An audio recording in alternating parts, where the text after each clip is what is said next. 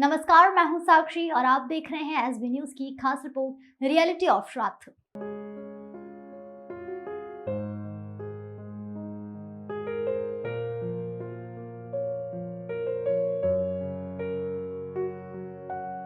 एक तरफ जहां घर घर पर श्राद्ध आदि कर्मकांड क्रियाओं को करवाया जा रहा है, वहीं कबीर परमेश्वर पंथी जगत गुरु तत्वदर्शी संत रामपाल जी महाराज के अनुयायियों द्वारा सदगुरु देव के आदेश से सात्विक सनातन धर्म शास्त्र तत्व ज्ञान से अध्याय व श्लोक नंबर के माध्यम से सत्य ज्ञान का प्रचार बड़े ही जोरों शोरों से किया जा रहा है। X, Twitter, Facebook, Instagram, ShareChat आदि प्लेटफॉर्म पर ज्ञान से धूम मची हुई है। मानव जगत को सही राह प्रदान करने हेतु दिन रात मेहनत की जा रही है। जहां 29 सितंबर शाम को 7 बजे से दूसरे दिन सुबह तक 3,81,000 ट्वीट किए गए, जिस आधार पर एक्स ट्विटर पर रियलिटी ऑफ श्राद्ध ट्रेंडिंग 1 पर रहा।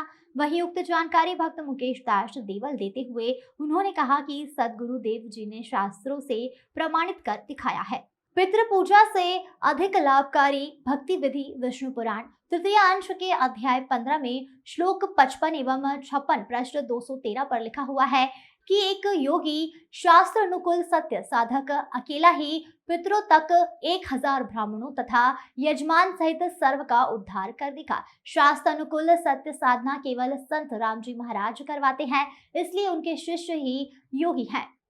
मार्कंडेय पुराण ये गीता प्रेस गोरखपुर से प्रकाशित है। ये गीता प्रेस गोरखपुर से प्रकाशित है। रोच्य मुनि की उत्पत्ति कथा। ये देखिए, ये चारों आगे भूत बन रहे। ये देखो, ये रुचि ऋषि है। ये इनके पहले बने हुए वो पंडित जी सारे भूत पूज का भूत बन गए। वेद में कर्म मार्ग को अविद्या कहा गया है। जो तुम सलाह दे रहे हो वो कर्म कांड, श्राद्ध श्रुद्ध निकालना, पितृ पूजना, वो तो मूर्खों का सलाह कही है। फिर क्यों आप लोग मुझे उस मार्ग में लगाते हैं? पितृ भी कहते हैं, पितृ बोले यह सत्य है कि कर्म को अविद्या ही कहा गया है, इसमें तनिक भी मिथ्या नहीं। फिर थारा सिर बच गया, फिर क्या रह गया बता भाई। ये हमारे पुराणों में लिखा है।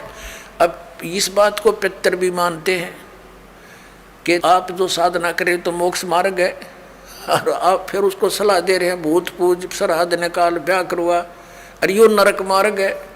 और आप भी मानते हैं कि आप जो मार्ग अपना रहे हो तो मोक्ष मार्ग है।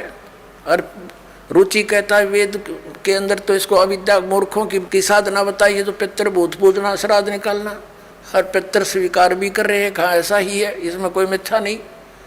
फिर ये बकवाद घट रखी, अग्रुम ऐसा कर लो, पितर ऐसा कर देते हैं, पितर पुत्र दे देते हैं, टट्टू दे देते हैं, जिसका उपरोक्त शास्त्र में जिक्र किया गया है।